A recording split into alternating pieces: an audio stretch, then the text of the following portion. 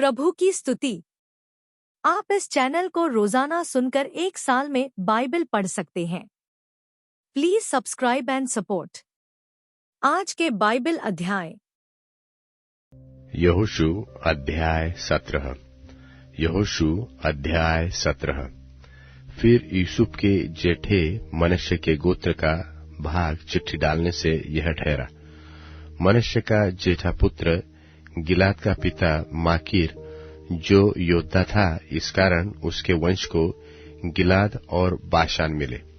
इसलिए यह भाग दूसरे मनश्शेइयों के लिए उनके कुलों के अनुसार ठहरा, अर्थात अबीएजेर, हेलेक, असीएल, शेकेम, हेपेर और शमीदा, जो अपने अपने कुलों के अनुसार यूसुफ के पुत्र मनश्शे के वंश के पुरुष थे, उनके अलग अलग वंशों के लिए ठहरा। परंतु हेपेर, जो गिलाद का पुत्र माकीर का पोता और मनश्शे का परपोता था, उसके पुत्र सलोफाद के बेटे नहीं, बेटियां ही हुई, और उनके नाम महला, नोआ, होगला, मिल्का और तिरसा है। तब वे एलियाजर याजक, नून के पुत्र यहोशू और प्रधानों के पास जाकर कहने लगी, यहोवा ने मूसा को आज्ञा दी थी कि वह हमको हमारे भाइयों के बीच भाग दे, और यहोशू ने यहोवा की आज्ञा के अनुसार उन्हें उनके चचाओं के बीच भाग दिया। तब मनश्शे को यरदन पार गिलाद देश और बाशान को छोड़ 10 भाग मिले, क्योंकि मनश्शेइयों के बीच में मनश्शेई स्त्रियों को भी भाग मिला, और दूसरे मनश्शेइयों को गिलाद देश मिला। और मनश्शे का सिवाना आशेर से लेकर मिकमता तक पहुंचा, जो शपकेम के सामने है। फिर वह दक्षिण की ओर बढ़कर एन तप्पूह के निवासियों तक पहुंचा। तप्पूह की भूमि तो मनश्शे को मिली, परंतु तप्पूह नगर जो मनश्शे के सिवान पर बसा है, वह एप्रेमियों का ठहरा। फिर वहां से वह सिवाना काना के नाले तक उतर के उसकी दक्षिण की ओर तक पहुंचा। ये नगर यद्यपि मनश्शे के नगरों के बीच में थे, तो भी एप्रम के ठहरे, और मनश्शे का सिवाना उस नाले की उत्तर की ओर से जाकर समुद्र पर निकला। दक्षिण की ओर का देश तो एप्रम को और उत्तर की ओर का मनश्शे को मिला, और उसका सिवाना समुद्र ठहरा। और वे उत्तर की ओर आशेर से और पूर्व की ओर इस्साकार से जा मिली। और मनश्शे को इस्साकार और आशेर अपने अपने नगरों समेत बेतशान, इबलाम और अपने नगरों समेत दोर के निवासी, और अपने नगरों समेत एंदोर के निवासी, और अपने नगरों समेत तानाक के निवासी, और अपने नगरों समेत मगिद्दो के निवासी, ये तीनों ऊंचे स्थानों पर बसे हैं। परंतु मनश्शेई उन नगरों के निवासियों को उनमें से नहीं निकाल सके, इसलिए वे कनानी उस देश में बरियाई से बसे ही रहे। तो भी जब इस्राएली सामर्थ्य हो गए, तब कनानियों से बेगारी तो कराने लगे, परंतु उनको पूरी रीति से निकाल बाहर न किया। यूसुफ की संतान यहोशू से कहने लगी, हम तो गिनती में बहुत है, क्योंकि अब तक यहोवा हमें आशीष देता आया है। फिर तू हमारे भाग के लिए चिट्ठी डालकर क्यों एक ही अंश दिया है? यहोशू ने उनसे कहा कि तुम गिनती में बहुत हो, और एप्रेम का पहाड़ी देश तुम्हारे लिए छोटा हो, तो परिज्जियों और रपाइयों का देश जो जंगल है, उसमें जाकर पेड़ों को काट डालो। यूसुफ की संतान ने कहा, वह पहाड़ी देश हमारे लिए छोटा है, और क्या बेतशान और उसके नगरों में रहने वाले, क्या इस्राएल की तराई में रहने वाले जितने कनानी नीचे के देश में रहते हैं, उन सबों के पास लोहे के रथ है।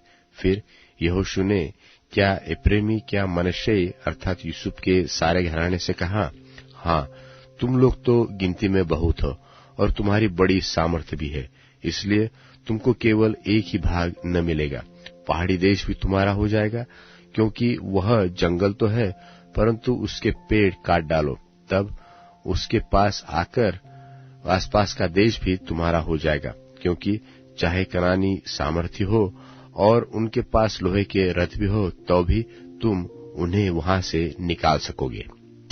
यहोशू अध्याय 18। यहोशू अध्याय 18। फिर इस्राएलियों की सारी मंडली ने शीलो में इकट्ठी होकर वहां मिलाप वाले तंबू को खड़ा किया, क्योंकि देश उनके वश में आ गया था और इस्राएलियों में से 7 गोत्रों के लोग अपना अपना भाग बिना पाए रह गए थे। तब यहोशू ने इस्राएलियों से कहा, जो देश तुम्हारे पूर्वजों के परमेश्वर यहोवा ने तुम्हें दिया है, उसे अपने अधिकार में कर लेने में तुम कब लोग ढिलाई करते रहेंगे? अब प्रति गोत्र के पीछे 3 मनुष्य ठहरा लो, और मैं उन्हें इसलिए भेजूंगा कि वे चलकर देश में घूमे फिरे और अपने अपने गोत्र के भाग के प्रयोजन के अनुसार उसका हाल लिखकर मेरे पास लौट आए। और वे देश के 7 भाग लिखे हैं। यहूदियों तो दक्षिण की ओर अपने भाग में और यूसुफ के घराने के लोग उत्तर की ओर अपने भाग में रहे। और लेवियों का तुम्हारे मध्य में कोई भाग न होगा, क्योंकि यहोवा का दिया हुआ याजक पद ही उनका भाग है। और गाद, रूबेन और मनश्शे के आधे गोत्र के लोग यरदन की पूर्व की ओर यहोवा के दास मूसा का दिया हुआ अपना अपना भाग पा चुके हैं। और तुम देश के 7 भाग लिखकर मेरे पास ले आओ, और मैं यहाँ तुम्हारे लिए अपने परमेश्वर यहोवा के सामने चिट्ठी डालूंगा। तो वे पुरुष उठकर चल दिए, और जो उस देश का हाल लिखने को चले, उन्हें यहोशू ने यह आज्ञा दी कि जाकर देश में घूमो फिरो और उसका हाल लिखकर मेरे पास लौट आओ, और मैं यहाँ शीलो में यहोवा के सामने तुम्हारे लिए चिट्ठी डालूंगा। तब वे पुरुष चल दिए और उस देश में घूमे और उसके नगरों के 7 भाग करके उनका हाल पुस्तक में लिखकर शीलो की छावनी में यहोशू के पास आए। तब यहोशू ने शीलो में यहोवा के सामने उनके लिए चिट्ठियां डाली, और वहीं यहोशू ने इस्राएलियों को उनके भागों के अनुसार देश बांट दिया। और बन्यामीनियों के गोत्र की चिट्ठी उनके कुल के अनुसार निकली, और उनका भाग यहूदियों और यूसुफियों के बीच में पड़ा। और उनका उत्तरी सिवाना यरदन से आरंभ हुआ और यरीहो की उत्तर अलंग से चढ़ते हुए पश्चिम की ओर पहाड़ी देश में होकर बेतावेन के जंगल में निकला। वहां से वह लूज को पहुंचा, जो बेतेल भी कहलाता है, और लूज की दक्षिण अलंग से होते हुए निचले बेथोरोन की दक्षिण ओर के पहाड़ के पास हो अत्रोदार को उतर गया। फिर पश्चिमी सिवाना मुड़ के बेथोरोन के सामने और उसकी दक्षिण ओर के पहाड़ से होते हुए किर्यतबाल नाम यहूदियों के एक नगर पर निकला, जो किर्यत्यारीम भी कहलाता है। पश्चिम का सिवाना यही ठहरा। फिर दक्षिण अलंग का सिवाना पश्चिम से आरंभ होकर किर्यत्यारीम से सिरे से निकलकर नेप्तोह के सोते पर पहुंचा और उस पहाड़ के सिरे पर उतरा जो हिम्नोम के पुत्र की तराई के सामने और रपाइम नाम तराई की उत्तर ओर है। और वहां से वह हिम्नोम की तराई में अर्थात यबूसी की दक्षिण अलंग होकर एनरोगेल को उतरा।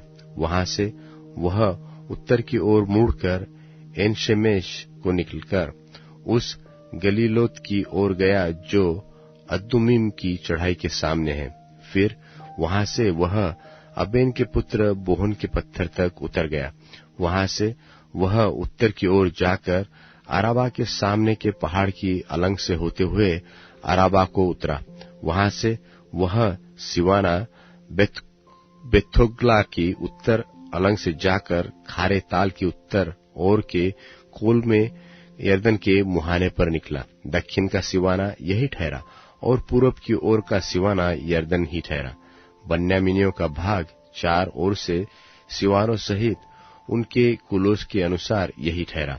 और बन्यामीनियों के गोत्र को उनके कुलों के अनुसार ये नगर मिले, अर्थात यरीहो, बेथोग्ला, एमेकेसिस, बेतराबा, समारेम, बेतेल, अब्बीम, पारा, ओप्रा, कपरमुम्नी, ओमनी और गेबा, ये 12 नगर है और इनके गांव मिले। फिर गिबोन, रामा, बेरोत, मिस्पे, कपीरा, मोसा, रेकेम, इरपेल, तरला, सेला, एलेप, यबूस, जो यरूशलेम भी कहलाता है, गिबत और किरियत, ये 14 नगर और इनके गांव उन्हें मिले। बन्यामीनियों का भाग उनके कुलों के अनुसार यही ठहरा। तीमुथियुस के नाम पौलुस प्रेरित की पहली पत्री, 5वां अध्याय। किसी बूढ़े को न डांट, पर उसे पिता जानकर समझा दे, और जवानों को भाई जानकर, बूढ़ी स्त्रियों को माता जानकर, और जवान स्त्रियों को पूरी पवित्रता से बहन जानकर समझा दे।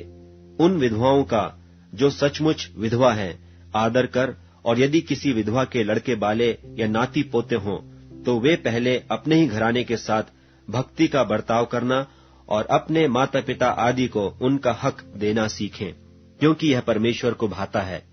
जो सचमुच विधवा है और उसका कोई नहीं, वह परमेश्वर पर आशा रखती है और रात दिन विनती और प्रार्थना में लौलीन रहती है। पर जो भोग विलास में पड़ गई, वह जीते जी मर गई है। इन बातों की भी आज्ञा दिया कर, ताकि वे निर्दोष रहें। पर यदि कोई अपनों की और निज करके अपने घराने की चिंता न करे, तो वह विश्वास से मुकर गया है और अविश्वासी से भी बुरा बन गया है।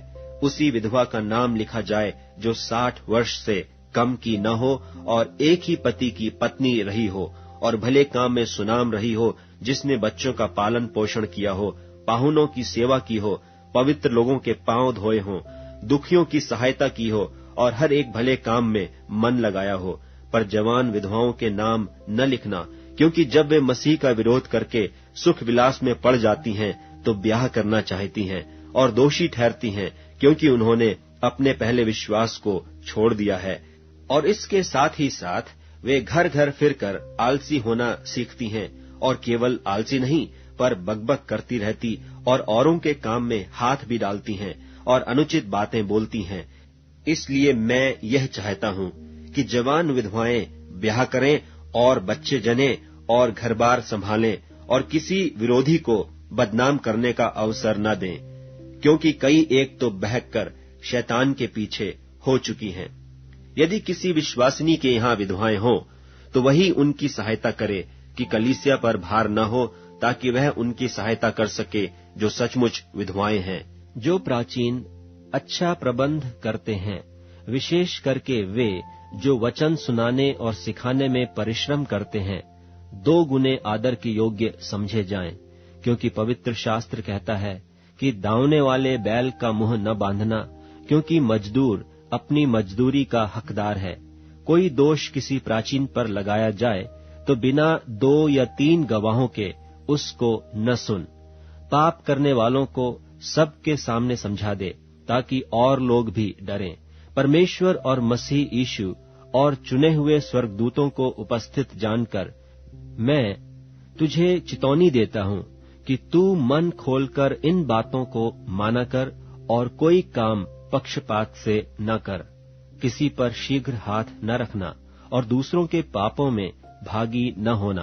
अपने आप को पवित्र बनाए रख। भविष्य में केवल जल ही का पीने वाला न रहे, पर अपने पेट के और अपने बार बार बीमार होने के कारण थोड़ा थोड़ा दाखरस भी काम में लाया कर। कितने मनुष्यों के पाप प्रकट हो जाते हैं और न्याय के लिए पहले से पहुंच जाते हैं, पर कितनों के पीछे से आते हैं। वैसे ही कितने भले काम भी प्रकट होते हैं, और जो ऐसे नहीं होते वे भी छिप नहीं सकते। तीमुथियुस के नाम पौलुस प्रेरित की पहली पत्री, 6वां अध्याय। जितने दास जुए के नीचे हैं, वे अपने अपने स्वामी को बड़े आदर के योग्य जाने, ताकि परमेश्वर के नाम और उपदेश की निंदा न हो। और जिनके स्वामी विश्वासी हैं, इन्हें वे भाई होने के कारण तुच्छ न जाने, वरन उनकी और भी सेवा करें, क्योंकि इससे लाभ उठाने वाले विश्वासी और प्रेमी हैं। इन बातों का उपदेश किया कर और समझाता रहे। यदि कोई और ही प्रकार का उपदेश देता है और खरी बातों को अर्थात हमारे प्रभु यीशु मसीह की बातों को और उस उपदेश को नहीं मानता जो भक्ति के अनुसार है, तो वह अभिमानी हो गया और कुछ नहीं जानता, वरन उसे विवाद और शब्दों पर तर्क करने का रोग है, जिनसे डाह और झगड़े और निंदा की बातें और बुरे बुरे संदेह और उन मनुष्यों में व्यर्थ रगड़े झगड़े उत्पन्न होते हैं, जिनकी बुद्धि बिगड़ गई है और वे सत्य से विहीन हो गए हैं, जो समझते हैं कि भक्ति कमाई का द्वार है, पर संतोष सहित भक्ति बड़ी कमाई है, क्योंकि न हम जगत में कुछ लाए हैं और न कुछ ले जा सकते हैं, और यदि हमारे पास खाने और पहनने को हो तो इन्हीं पर संतोष करना चाहिए। पर जो धनी होना चाहते हैं वे ऐसी परीक्षा और फंदे और बहुतेरे व्यर्थ और हानिकारक लालसाओं में फंसते हैं, जो मनुष्यों को बिगाड़ देती हैं और विनाश के समुद्र में डुबा देती हैं। क्योंकि रुपये का लोभ सब प्रकार की बुराइयों की जड़ है, जिसे प्राप्त करने का प्रयत्न करते हुए कितनों ने विश्वास से भटककर अपने आप को नाना प्रकार के दुखों से छलनी बना लिया है। पर हे परमेश्वर के जन, तू इन बातों से भाग और धर्म, भक्ति, विश्वास, प्रेम, धीरज और नम्रता का पीछा कर। विश्वास की अच्छी कुश्ती लड़ और उस अनंत जीवन को धर ले, जिसके लिए तू बुलाया गया और बहुत गवाहों के सामने अच्छा अंगीकार किया था। मैं तुझे परमेश्वर को, जो सबको जीवित रखता है, और मसीह यीशु को गवाह करके, जिसने पुन्तियुस पिलातुस के सामने अच्छा अंगीकार किया, यह आज्ञा देता हूँ कि तू हमारे प्रभु यीशु मसीह के प्रकट होने तक इस आज्ञा को निष्कलंक और निर्दोष रख, जिसे वह ठीक समयों में दिखाएगा, जो परम धन्य और अद्वैत अधिपति और राजाओं का राजा और प्रभुओं का प्रभु है। और अमरता केवल उसी की है, और वह अगम्य ज्योति में रहता है, और न उसे किसी मनुष्य ने देखा और न कभी देख सकता है। उसकी प्रतिष्ठा और राज्य युगानुयुग रहेगा। आमीन। इस संसार के धनवानों को आज्ञा दे कि वे अभिमानी न हों और चंचल धन पर आशा न रखें, परंतु परमेश्वर पर, जो हमारे सुख के लिए सब कुछ बहुतायत से देता है, और भलाई करें और भले कामों में धनी बने और उदार और सहायता देने में तत्पर हों, और आगे के लिए एक अच्छी नेव डाल रखें कि सत्य जीवन को वश में कर लें। हे तिमुथियुस, इस थाती की रखवाली कर, और जिस ज्ञान को ज्ञान कहना ही भूल है, उसके अशुद्ध बकवाद और विरोध की बातों से परे रहे। कितने इस ज्ञान का अंगीकार करके विश्वास से भटक गए हैं। तुम पर अनुग्रह होता रहे। भजन संहिता अध्याय 103। भजन संहिता अध्याय 103। हे मेरे मन, यहोवा को धन्य कह, और जो कुछ उसमें है वह उसके पवित्र नाम को धन्य कहे। हे मेरे मन, यहोवा को धन्य कह, उसके किसी उपकार को न भूलना। वही तो तेरे सब अधर्म को क्षमा करता और तेरे सब रोगों को चंगा करता है। वही तो तेरे प्राण को नाश होने से बचा लेता है और तेरे सिर पर करुणा और दया का मुकुट बांधता है। वही तो तेरी लालसा को उत्तम पदार्थों से तृप्त करता है, जिससे तेरी जवानी उकाब की नाई नई हो जाती है। यहोवा सब पीसे हुओं के लिए धर्म और न्याय के काम करता है। उसने मूसा को अपनी गति और इस्राएलियों पर अपने काम प्रकट किए। यहोवा दयालु और अनुग्रहकारी है, विलंब से कोप करने वाला और अति करुणामय है। वह सदा सर्वदा वाद विवाद करता न रहेगा, न उसका क्रोध सदा के लिए भड़का रहेगा। उसने हमारे पापों के अनुसार हमसे व्यवहार नहीं किया और न हमारे अधर्म के कामों के अनुसार हमको बदला दिया। जैसे आकाश पृथ्वी के ऊपर ऊंचा है, वैसे ही उसकी करुणा उसके डरवैयों के ऊपर प्रबल है। उदयाचल अस्ताचल से जितनी दूरी पर है, उसने हमारे अपराधों को हमसे उतनी ही दूर कर दिया है।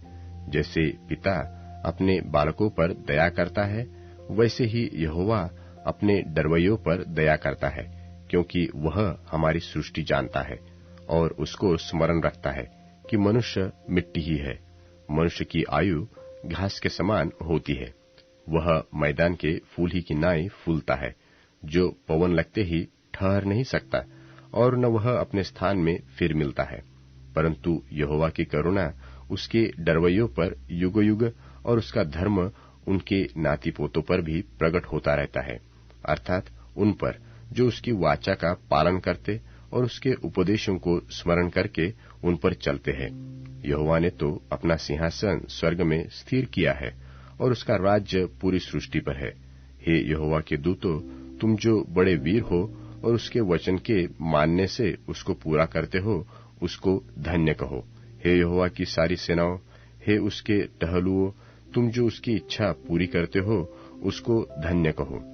हे यहोवा की सारी सृष्टि, उसके राज्य के सब स्थानों में उसको धन्य कहो। हे मेरे मन, तू यहोवा को धन्य कह।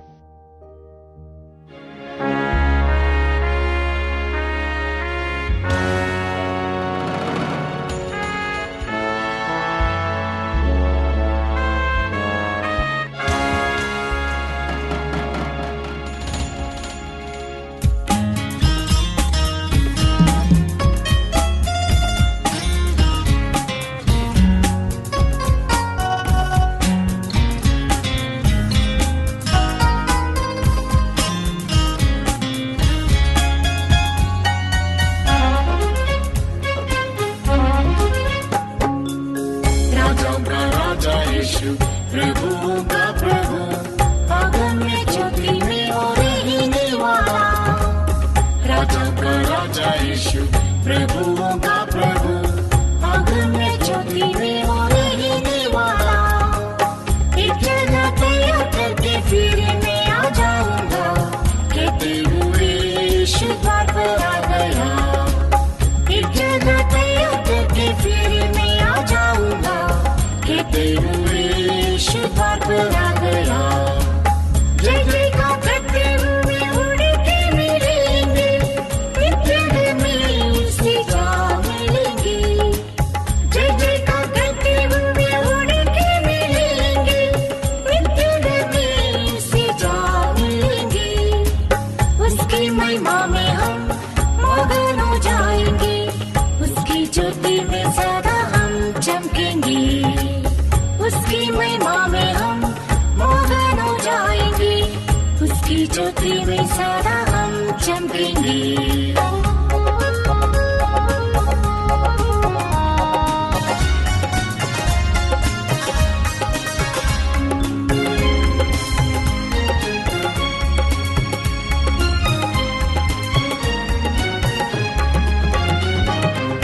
संसार नाश हो रहा है पापों के दुख से, शैतान के धोखे में लोग फंसते जा रहे। संसार नाश हो रहा है पापों के दुख से, शैतान के धोखे में लोग फंसते जा रहे। आत्मा की तलवार से हम सामना करते रहेंगे, यीशु के लहू से सदा जय पाएंगे। आत्मा की तलवार से हम सामना करते रहेंगे, यीशु के लहू से सदा जय पाएंगे। जय जयकार करते हुए उड़ के मिलेंगे, नित्य में उससे जा मिलेंगे। जय जयकार करते हुए उड़ के मिलेंगे, नित्य में उससे जा मिलेंगे। उसकी महिमा में हम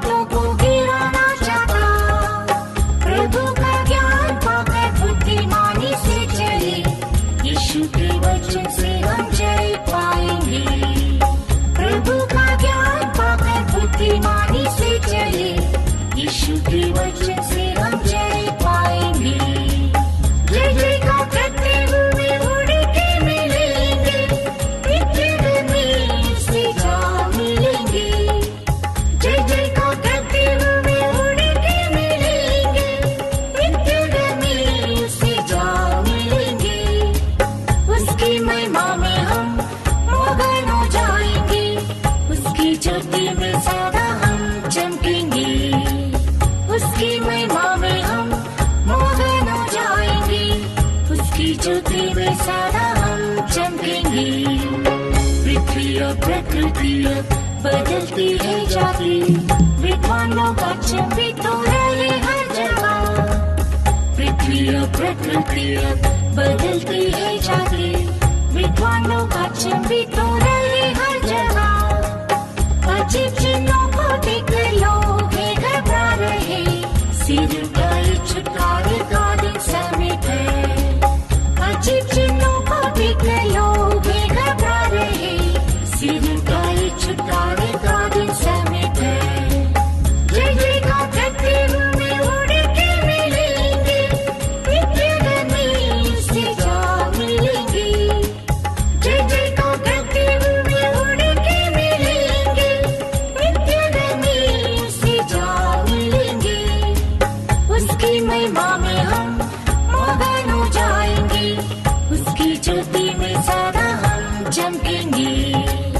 उसकी महिमा में हम मगन हो जाएंगे, उसकी ज्योति में सदा हम चमकेंगे।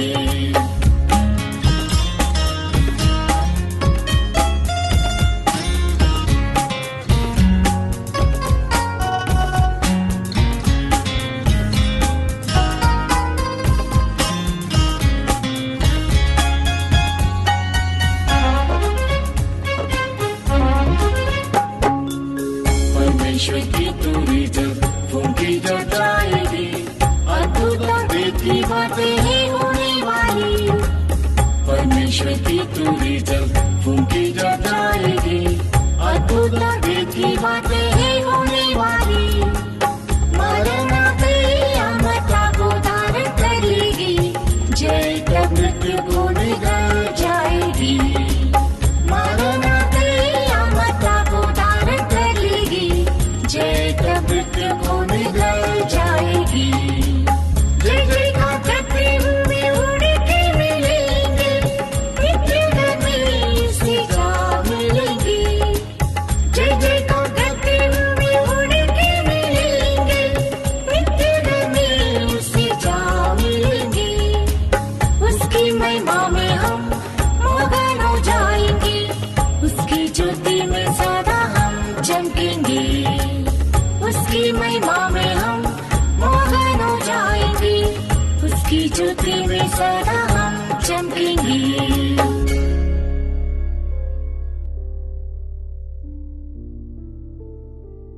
अब Amazon music, tune in, Spotify और YouTube म्यूजिक में उपलब्ध है। Please follow it.